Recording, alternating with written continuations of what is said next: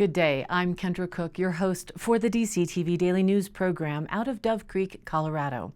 It's brought to you by the Dolores County Broadcasting Network with support from the Southwest Colorado TV Translator Association. That's the special district association responsible for bringing the area free to access TV stations over the air by antenna. This is a community TV station. If there's a news story or event information that you would like to share, please contact us at 970-677-4119 or email me dcbnnews@gmail.com. And if you're a business or organization, we welcome you to find out about sponsorship opportunities for banners or video segments run on the channel. This is the Monday program for April 5th, 2021, DCTV Daily News. For our senior citizen population, which is the majority numbers here in Dolores County, it has been a rough year for not being able to interact with family and friends due to the Project COVID-19 fear and restrictions. The Senior Services Center had been shut down, operating as best as they could to provide services given the state mandates. But good news, the newsletter at the end of the month, at the end of the meeting and provided for this month, has Julie Bingham announcing that it's time to reopen May 3rd for all activities at the Senior Center. She writes, with more people out in the public and with the Dolores County remaining healthy, I believe it is safe to open our doors as of today, or our 1 week positivity rate is 0%, so I feel it's time to resume, quote, more normal activities. Reservations will be required for group activities, and they will allow only 50% of their normal capacity to enter the facility. All individuals will be looked into by our administrative assistants for all activities, and the areas of concern remain, i.e. social distancing, hygiene, staffing, operations, as well as cleaning and disinfecting. All will be addressed. The reopening of the center will be as follows, they write in their newsletter. Group meals will resume May 3rd at the center. Space is limited and reservations are required by 9 a.m. the morning of the meal. Meals are served at noon on Monday, Tuesday, and Thursdays. Call 677-2787 for reservations and transportation. Home delivered meals are available still. Call at 9 a.m. the morning of the meal, or if you want grab and go, that will continue as well by calling in by 9 a.m. to reserve a meal for pickup. And Nail It Down will be the third Tuesday of the month. Reservations are required and very limited appointments are available, so please call Holly at the center to make your reservation. The walking program will resume Monday, Wednesday, and Friday each week from 9 a.m. to 10 a.m. at the walking path. Call if you need a ride to there.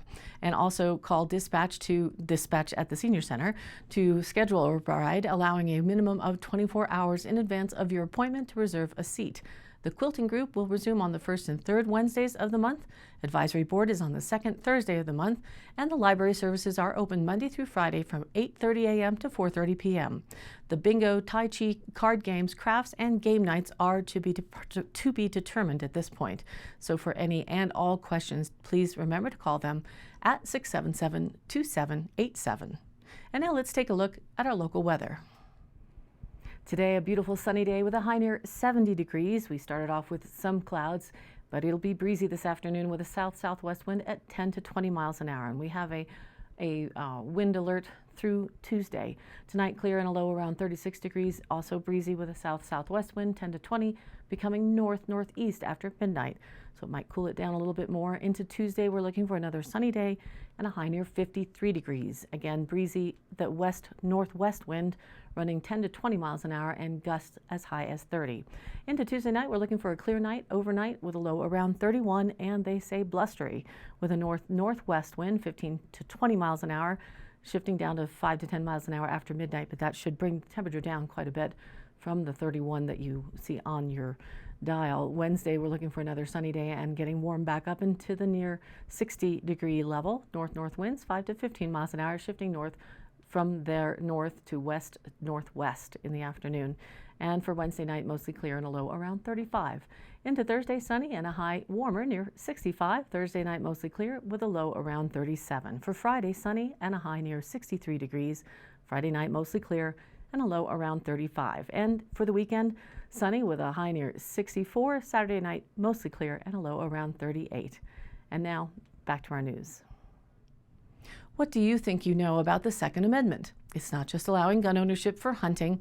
No, it was established to have the ability for the stakeholders, the constituents, the population, for a well-formed militia in case the governing entities became tyrannical, to be able to fight against and take an overtaking of our representative republic that our ancestors fought so hard to establish back in 1776. Do your own research on how our country is being ruled here in 2021. It might surprise you. This is in great part why the issue of gun ownership has become such a trigger point, pardon the pun, for politicians. An overall agenda has been well established in other countries in history wherein the government restricted gun ownership by the public, and then they were easily able to command in a manner oppositional to a constitution-based republic.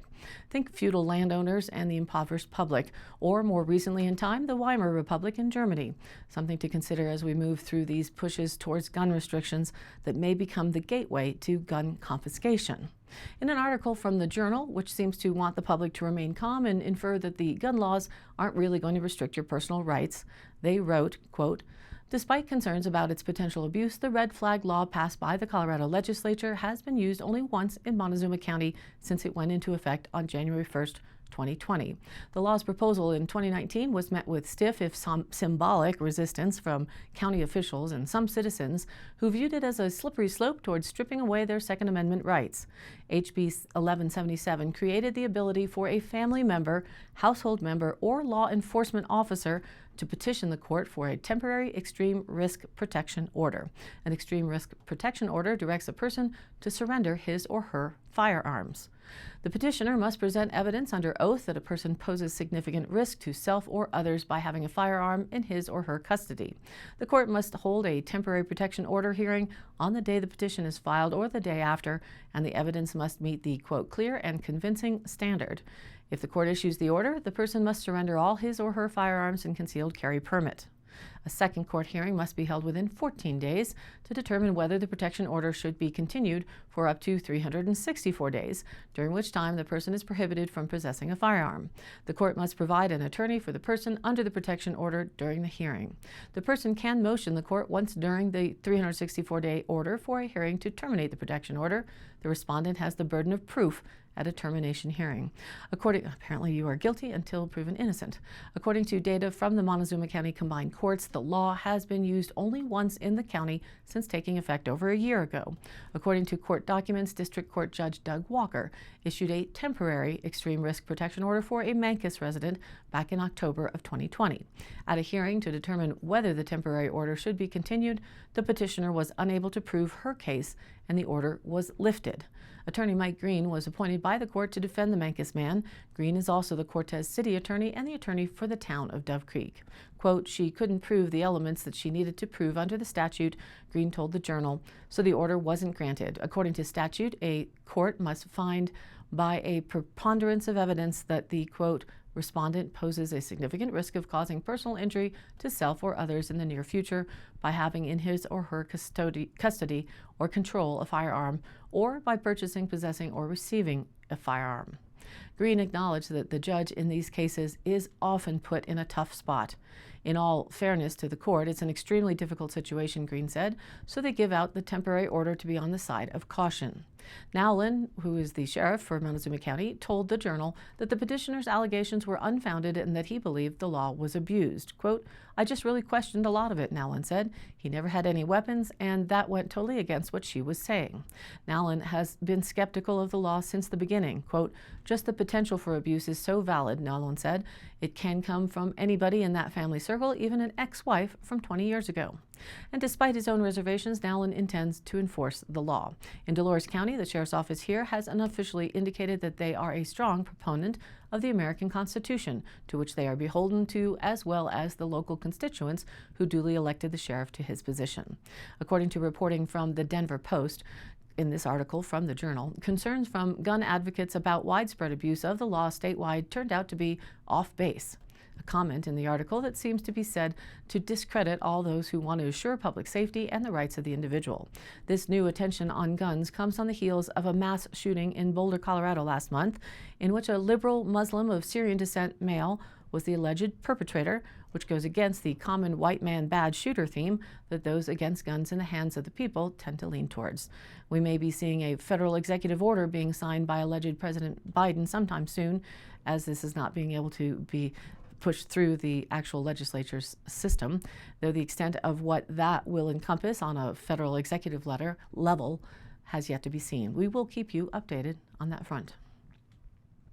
The San Juan Record News reported on the latest to-do at the Bears Ears National Monument, and they reported out of Monticello, Utah, that the Interior Secretary Deb Haaland will visit San Juan County in the coming days to take a first-hand look at the Bears Ears National Monument. Details of the Secretary's visit were still not released at the press deadline from last week, but the visit is planned to take place in the month of April.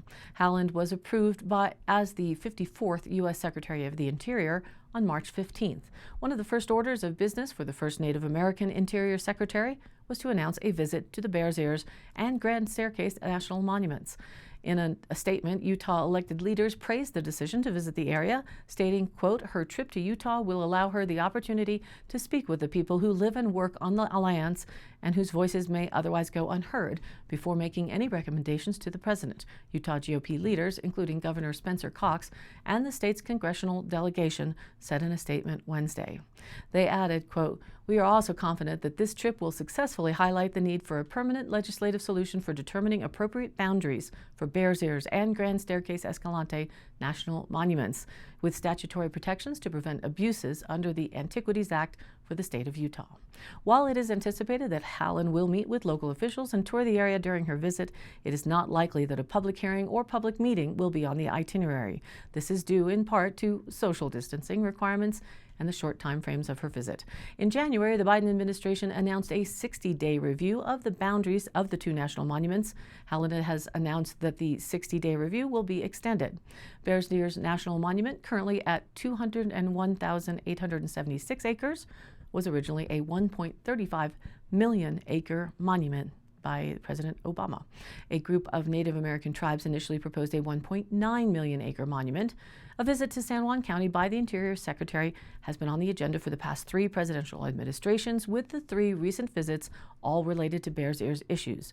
Secretary Sally Jewell of the Obama administration visited in July of 2016.